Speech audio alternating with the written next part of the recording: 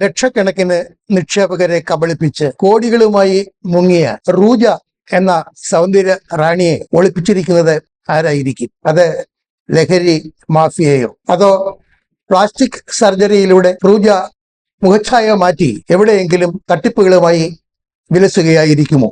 വിവിധ രാജ്യങ്ങളിലെ കുറ്റാന്വേഷകർ മാത്രമല്ല ഇന്റർപോൾ ഉൾപ്പെടെയുള്ള സംവിധാനങ്ങളും തിരയുന്നത് വെറുതെയാകുമോ? റൂജ കൊല്ലപ്പെട്ടിരിക്കാം എന്നതിനാലാണോ US കുറ്റാന്വേഷകർ $50 ലക്ഷം പാരിതോഷികം പ്രഖ്യാപിച്ചിട്ടും ആർക്കും റൂജയെ കണ്ടെത്താൻ കഴിയാത്തത്? എണ്ണമറ്റ ചോദ്യങ്ങൾക്ക് മുന്നിൽ ഇങ്ങനെ എണ്ണമറ്റതാണ് സംശയങ്ങളും. എന്തായാലും കോടികൾ നഷ്ടപ്പെട്ട നിക്ഷേപകർക്ക് ഇനി ഒട്ടും പ്രതീക്ഷ വേണ്ട എന്ന സ്ഥിതിയായിരിക്കുന്നു എന്ന് പറയാം. ക്രിപ്റ്റോ കറൻസി, ഓൺലൈൻ ട്രേഡിംഗ് എന്നിങ്ങനെയൊക്കെ പറഞ്ഞ് കേരളത്തിലും വ്യാപകമായ തോതിൽ സാമ്പത്തിക തട്ടിപ്പുകൾ അരങ്ങേറിക്കൊണ്ടിരിക്കുന്ന പശ്ചാത്തലത്തിൽ നിക്ഷേപക സമൂഹത്തിനുള്ള മുന്നറിയിപ്പ് എന്ന നിലയിലാണ് ഫോക്കസ് ഓൺ ഫൈനാൻസ് ഈ വീഡിയോ അവതരിപ്പിക്കുന്നത്. ഒട്ടേറെ മലയാളി യുവാക്കളാണ് ഇപ്പോൾ ക്രിപ്റ്റോ കറൻസി ക്രേസുമായി പൈസ കളയാൻ തയ്യാറായി മുന്നോട്ട് വരുന്നത്. എന്നാൽ അവരിൽ ചിലരൊക്കെ പണം ഉണ്ടാക്കുന്നുണ്ടായിരിക്കാം. പക്ഷെ പൊതുവെ പലരും ഇതിന്റെ ബാലപാഠങ്ങൾ പോലും അറിയാതെയാണ് ക്രിപ്റ്റോ കറൻസി രംഗത്തേക്കും ഓൺലൈൻ ട്രേഡിംഗ് രംഗത്തേക്കും ഒക്കെ പ്രവേശിക്കുന്നത്. അതിവേഗം പണം സമ്പാദിക്കുക എന്ന ലക്ഷ്യമിട്ട് ഒരു അന്വേഷണവും നടത്താതെ ഏത് തട്ടിപ്പിനും തലവെച്ചു കൊടുക്കുന്ന ഏത് നിക്ഷേപ പദ്ധതിയിലേക്കും ആർത്തിയോടെ ആകൃഷ്ടരാക്കുന്നവർക്ക് പാഠമാകേണ്ടതാണ് ചരിത്രത്തിലെ ഏറ്റവും വലിയ സാമ്പത്തിക തട്ടിപ്പുകളിൽ ഒന്നിലെ നായികയായി മാറിയ റൂജയുടെ തന്ത്രം. ക്രിപ്റ്റോ കറൻസിയായ ബിറ്റ് കോയിന് ബദലായി വൺ കോയിൻ അവതരിപ്പിച്ച് ആരാധകരെ അതിവേഗം ആകർഷിച്ചുകൊണ്ടാണ് ബൾഗേറിയക്കാരി റൂജ തട്ടിപ്പ് വ്യാപകമാക്കിയത്. ക്രിപ്റ്റോ ക്യൂൻ എന്ന് സ്വയം വിശേഷിപ്പിച്ചുകൊണ്ട് യുവാക്കളെ വലവീശിയ റൂജയുടെ വാഗ്ദാനം വൺ കോയിനിൽ പണം നിക്ഷേപിക്കുക, 2 വർഷത്തിനകം കോടികൾ നേടുക എന്നതായിരുന്നു. പ്രശസ്തിയുടെ പാരമ്യത്തിൽ എത്തി നിൽക്കെ റൂജ മുങ്ങിയപ്പോഴാണ് വീണത് കെണിയിലായിരുന്നു എന്ന് നിക്ഷേപകർ തിരിച്ചറിഞ്ഞത്. റൂജയെ കണ്ടെത്താൻ കുറ്റാന്വേഷകർ ലോകമെമ്പാടും നടത്തുന്ന ശ്രമങ്ങൾ എങ്ങും എത്തുന്നില്ല എന്നതാണ് യാഥാർത്ഥ്യം. 2017 ബൾഗേറിയയിൽ നിന്ന് ഏതൻസിലേക്ക് പറന്ന റൂജ അതോടെ കാണാമറയത്ത് ഒളിക്കുകയായിരുന്നു. ഗ്രീസിൽ നിന്ന് സൗത്ത് ആഫ്രിക്കയിലേക്കും അവിടെ നിന്ന് ജർമ്മനിയിലേക്കും അവിടെ നിന്ന് റഷ്യയിലേക്കും അന്വേഷണം വ്യാപിപ്പിച്ചതും വെറുതെയായി. US federal bureau of investigation $50 ലക്ഷം റൂജയെ കണ്ടെത്തുന്നവർക്ക് വാഗ്ദാനം ചെയ്തിരിക്കുന്നത്. റൂജ കൊല്ലപ്പെട്ടെന്ന് 2018 നവംബറിൽ ബൾഗേറിയൻ പോലീസിന് ഫോണിൽ വിവരം ലഭിച്ചിരുന്നു. ലഹരി മാഫിയ തലവൻ ടാക്കി ക്രിസ്റ്റോഫറോസിന്റെ കൂട്ടാളി ക്രിസ്റ്റോ ആണ് കൊലയാളി എന്ന് വിളിച്ചറിയിച്ചത് ടാക്കിയുടെ തന്നെ ഒരു ഉറ്റ ബന്ധു ആയിരുന്നു. മെഡിറ്ററേനിയൻ കടലിന്റെ ഭാഗമായ അയോണിയൻ ഉൾക്കടലിലൂടെ ഉല്ലാസ നൗകയിൽ യാത്ര ചെയ്യുകയായിരുന്ന റൂജയെ ക്രിസ്റ്റോ കൊലപ്പെടുത്തി മൃതദേഹം പല തുണ്ടുകളായി വെട്ടിനുറുക്കി കടലിൽ എറിഞ്ഞെന്നാണ് പോലീസിന് ലഭിച്ച വിവരം. വൺ കോയിൻ തട്ടിപ്പിൽ ടാക്കിക്കുള്ള പങ്ക് മൂടിവയ്ക്കാനായിരുന്നു അത്രേ ഈ കൊലപാതകം.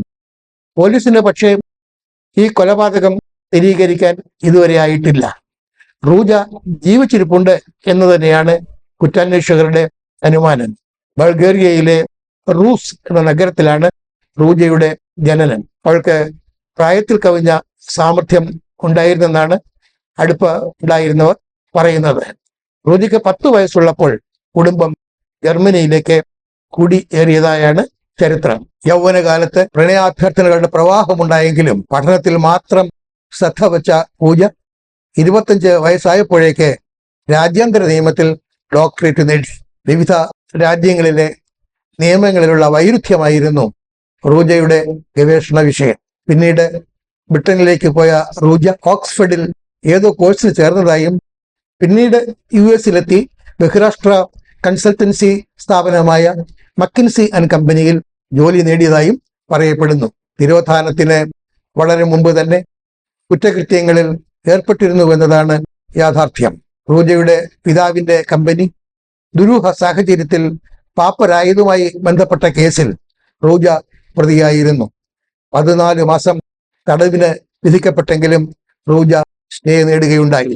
സ്റ്റേ നേടിയ ശേഷം പുറം ലോകത്ത് വിലസാനിറങ്ങിയ റൂജ അടുത്ത വർഷം ബിഗ് കോയിൻ എന്ന മൾട്ടി ലെവൽ മാർക്കറ്റിംഗ് പദ്ധതിയുടെ ഭാഗമായി പ്രവർത്തിച്ച് തട്ടിപ്പിന്റെ കൂടുതൽ തന്ത്രങ്ങളിൽ പ്രാവീണ്യം സമ്പാദിച്ചു.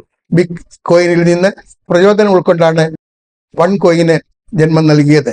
പ്രൊമോട്ടർമാരുടെ വിശാല ശൃംഖല രൂപീകരിച്ചായിരുന്നു വൺ കോയിനിലേക്ക് ലോകം എങ്ങു നിന്നും ഉള്ള നിക്ഷേപകരെ റൂജ സമീപിച്ചത്. നിക്ഷേപ സമാഹരണം അങ്ങനെയായിരുന്നു. ക്രിപ്റ്റോ കറൻസി എന്ന ആശയത്തിൽ ഭ്രമിച്ചവർ ക്വിക്ക് മണിയുടെ കപിതാക്കളായിരുന്നു. പദ്ധതി ആരംഭിച്ച് 6 മാസത്തിനകം ബ്രിട്ടനിൽ നിന്ന് മാത്രം 30 ലക്ഷം പൗണ്ട് സമാഹരിക്കപ്പെട്ടു.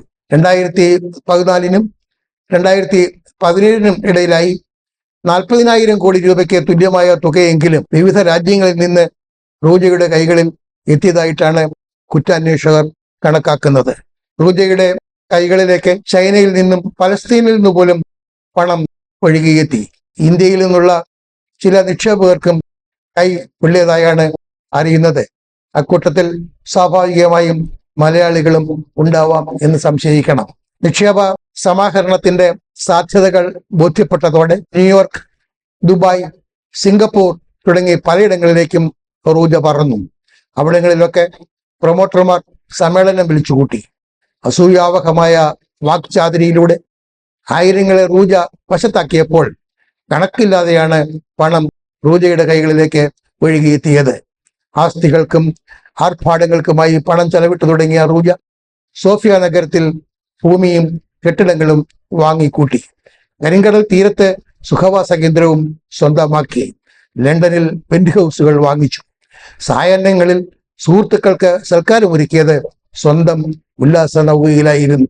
ഒരിക്കൽ റൂജ തന്റെ അതിഥികൾക്ക് വേണ്ടി ഒരുക്കിയത് അമേരിക്കൻ പോപ്പ് സ്റ്റാർ BB റെക്സയുടെ ഗാനസന്ധ്യയാണ്. ആ ഉല്ലാസ നൗകയിലാണ് ഗാനസന്ധ്യ ഒരുക്കിയത്. ആർഭാട ജീവിതത്തിനിടയിൽ ജർമ്മനിയിലെ അഭിഭാഷകൻ ജോം സ്ട്രേലുമായുള്ള വിവാഹം നടന്നു. 2016 ഒരു പെൺകുഞ്ഞിന്റെ അമ്മയാകുകയും ചെയ്തു. ബ്ലോക്ക് ചെയിൻ അധിഷ്ഠിതമായ ഡിജിറ്റൽ കറൻസി ഒന്നും ആയിരുന്നില്ല വൺ കോയിൻ. പണാപകരണത്തിന്റെ സൂത്രവിദ്യയിൽ അധിഷ്ഠിതമായിരുന്ന അത് ക്രിപ്റ്റോ കറൻസി പോലും ആയിരുന്നില്ല. തട്ടിപ്പിനുള്ള ഉപാധി മാത്രമായിരുന്നു. ഇത് മനസ്സിലാക്കാൻ നിക്ഷേപകർ വളരെ വൈകിപ്പോയെന്ന് മാത്രം. അപ്പോഴേക്ക് റൂജ അപ്രത്യക്ഷമാകുകയും ചെയ്തു. വൺ കോയിനിലെ നിക്ഷേപം പണമാക്കി മാറ്റാൻ എക്സ്ചേഞ്ച് സംവിധാനം സജ്ജമാക്കുമെന്ന് റൂജയുടെ വാഗ്ദാനം ഉണ്ടായിരുന്നു. എന്നാൽ ആ വാഗ്ദാനം പാലിക്കപ്പെടാതെ നീണ്ടുപോയപ്പോഴാണ് നിക്ഷേപകരിൽ സംശയം ഉളപൊട്ടിയത്. ഈ സാഹചര്യത്തിൽ യൂറോപ്പിലെ പ്രൊമോട്ടർമാർ ലിസ്ബനിൽ സമ്മേളനം വിളിച്ചുകൂട്ടാൻ തീരുമാനിക്കുകയും എക്സ്ചേഞ്ച് സംവിധാന നടപടികളുടെ പുരോഗതി അറിയിക്കാൻ റൂജ എത്തണമെന്ന് അഭ്യർത്ഥിക്കുകയും ചെയ്തു. എന്നാൽ റൂജ എത്തിയില്ല. പ്രൊമോട്ടർമാരും നിക്ഷേപകരും റൂജയെ തിരയാത്ത സ്ഥലമില്ലെന്ന് പറയാം. റൂജ വിദേശത്തേക്ക് കടന്നിരിക്കാമെന്ന സംശയത്തിൽ ചില നിക്ഷേപകർ സോഫിയ വിമാനത്താവളത്തിലെത്തി. മുൻ ദിവസങ്ങളിലെ യാത്രക്കാരുടെ പട്ടിക പരിശോധിച്ചപ്പോഴാണ് റൂജ ഒക്ടോബർ 25 ഏതൻസിലേക്ക് പറന്നതായി കണ്ടെത്തിയത്. തട്ടിപ്പ് റൂജയുടെ മാത്രം സംവിധാനത്തിൽ നടന്നതായിരുന്നില്ല എന്നതിന് കുറ്റാന്വേഷകർക്ക് തെളിവുകൾ ലഭിച്ചിട്ടുണ്ട്. ലഹരി മാഫിയ നായകൻ ടാക്കിക്കും കിഴക്കൻ യൂറോപ്പിലെ ചില അധോലോക സംഘങ്ങൾക്കും തട്ടിപ്പിൽ പങ്കുണ്ടായിരുന്നു എന്നതിന്റെ തെളിവുകളാണ് കുറ്റാന്വേഷകർക്ക് ലഭിച്ചിട്ടുള്ളത്. എന്തായാലും ദുരൂഹതകളുടെ ചുരുൾ പൂർണ്ണമായും അഴിയാതെ ആ കഥ നീണ്ടു പോകുകയാണ്. കോടികൾ നഷ്ടപ്പെട്ട നിക്ഷേപകർ വിധിയെയും കുറ്റാന്വേഷകരെയും പഴിച്ച് കഴിയുന്നു. ഇതിനിടെ ഏറ്റവും ഒടുവിൽ പുറത്തു വന്നിരിക്കുന്ന ഒരു വാർത്ത ജർമ്മനിയിലെ കോടതി റൂജയുടെ കോടികൾ വരുന്ന സ്വത്ത് കണ്ടുകെട്ടി എന്ന വാർത്തയാണ്. അതേപോലെ തന്നെ ലണ്ടനിലെ പെന്റ് ഹൗസുകൾ കണ്ടുകെട്ടുന്നതിന് വേണ്ടി ലണ്ടനിലെ കോടതികളിലും കേസ് നടക്കുകയാണ്. ആ കേസിന്റെ വിധി പ്രസ്താവവും താമസിയാതെ ഉണ്ടാകുമെന്നാണ് അറിയുന്നത്.